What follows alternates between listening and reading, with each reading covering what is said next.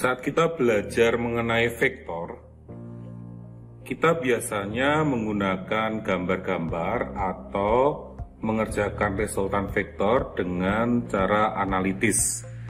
Tetapi sebaiknya kita harus mengetahui realita bagaimana vektor itu. Kalian bisa mengerjakan praktikum vektor secara online. Adapun alat-alat yang kita pergunakan yaitu sebagai berikut. Yang pertama adalah penggaris atau mistar. Lalu yang kedua, ini adalah alat untuk mengetahui berapa gaya yang dibutuhkan. Ini disebut dengan alat dinamometer. Lalu ada busur, ada karet gelang yang kita pakai untuk media vektor yang kita kerjakan. Lalu ada papan, ini ada papan, dan ada kertas putih yang menjadi pola untuk kita mengetahui seberapa vektor yang kita butuhkan untuk kita analisis. Nah anak-anak, yang pertama kali yang kita lakukan yaitu kita menempel kertas seperti ini di papan yang kita punyai. Lalu kita buat garis sepanjang 12 cm seperti ini. Nah, pada ujungnya kita membuat sudut. Yang di sini kita membuat sudutnya 60 derajat. Maksudnya 60 derajat, ini posisi tengah, ke kanan 30, ke kiri 30. Jadi kalau kita jumlahkan, sudut ini membentuk 60 derajat. Ini yang pertama. Lalu yang kedua, kita membentuk sudut 30 derajat. Caranya sama. Kita buat garis dulu sepanjang 12 cm. Pada ujungnya kita buat sudut.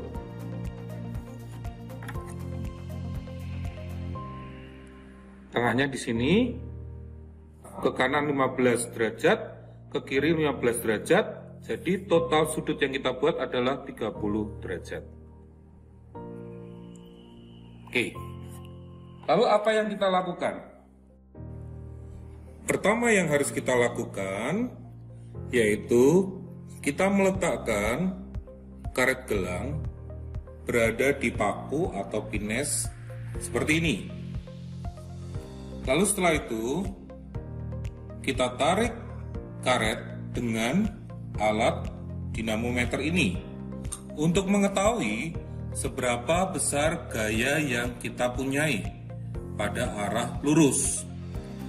Kita tarik karet sampai berada pada posisi ujung garis lurus. Setelah itu, kita melihat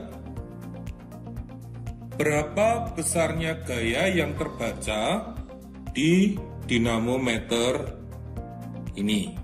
Kalian bisa lihat, bisa membacanya. Besarnya gaya dalam satuan Newton. Oke, kalian sudah mencatat, sudah merecord. Oke, itu adalah hasil gaya pada arah mendatar atau arah lurusnya. Nah, sekarang kita menggunakan dua alat untuk mengukur gaya, melihat seberapa besar gaya pada arah 60 derajat.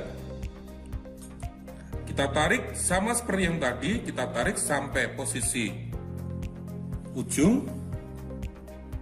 Lalu kedua dinamometer ini kita letakkan tepat sekali berada pada garis sudutnya. Coba kalian membaca untuk F yang pertama, gaya yang pertama, Di situ kalian bisa membaca itu sebagai F1 dan ini sebagai F2. Nah, setelah kita mengetahui gaya pada arah lurus dan gaya pada arah yang membentuk sudut, maka selidikilah apakah gaya yang arah sudut ini jika dikerjakan atau dihitung secara resultan itu menghasilkan gaya yang sama dengan bacaan kita. Kalian nanti cek ya dengan cara analitis. Ingat rumusnya? Ya, rumusnya adalah R sama dengan akar F1 kuadrat ditambah F2 kuadrat ditambah 2 kali F1 kali F2 kali cos sudutnya. Di sini adalah sudutnya 60 derajat. Oke, nah sekarang kita akan beralih ke sudut 30 derajat. Caranya sama, letakkan karet di paku atau pines yang kita punyai, kita tarik sampai di ujung yang kita buat. Nah, kalian baca berapa besarnya gaya yang terbaca di alat dinamometer. Setelah itu,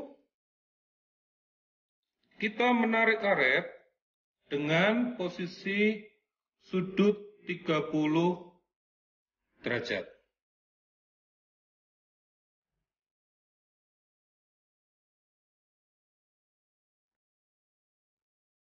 Baca berapa?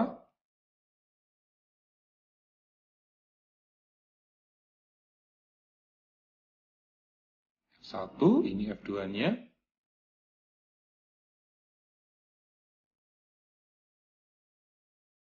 Nah, setelah kita mendapatkan hasilnya, selidikilah apakah vektor secara realita ini dengan kalian menghitung dengan rumus R sama dengan F1 kuadrat ditambah F2 kuadrat tambah 2 F1 F2 cos sudutnya, di sini ada 30, apakah besarnya sama dengan besarnya vektor pada arah lurus ini. Oke anak-anak, kalian kerjakan secara gambar. Kalian gambarnya bisa diubah, tidak seperti ini.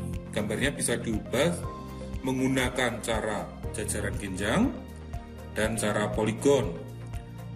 Ini adalah F1, ini adalah F2 membentuk sudut 30, sedangkan yang tadi F1, F2 membentuk sudut 60. Kalian gambar dengan ukuran yang tepat. Setelah itu kalian hitung berapa besarnya resultan vektornya, dan kalian bandingkan dengan hasil pengukuran yang sudah kalian kerjakan tadi. Apakah hasil pengukuran kalian sama dengan gaya yang kalian dapatkan di garis lurus ini, ataukah berbeda? Jika berbeda, tidak terlalu banyak perbedaannya, maka perhitungan atau praktikum kita berhasil. Tetapi jika perhitungannya bergeser cukup lumayan banyak, kalian harus menganalisa adakah ralat yang terjadi ataukah kesalahan-kesalahan pada saat pengukuran. Kalian menganalisa apakah karena karetnya atau karena pembacaan dinamometernya, atau pada saat kalian membaca skala pada dinamometer, ya, itu menjadi ralat pada pengukuran. Oke nak? Demikianlah praktikum online kita untuk kalian bisa memahami vektor secara realita dengan melihat video ini. Terima kasih atas perhatiannya. Sukses selalu.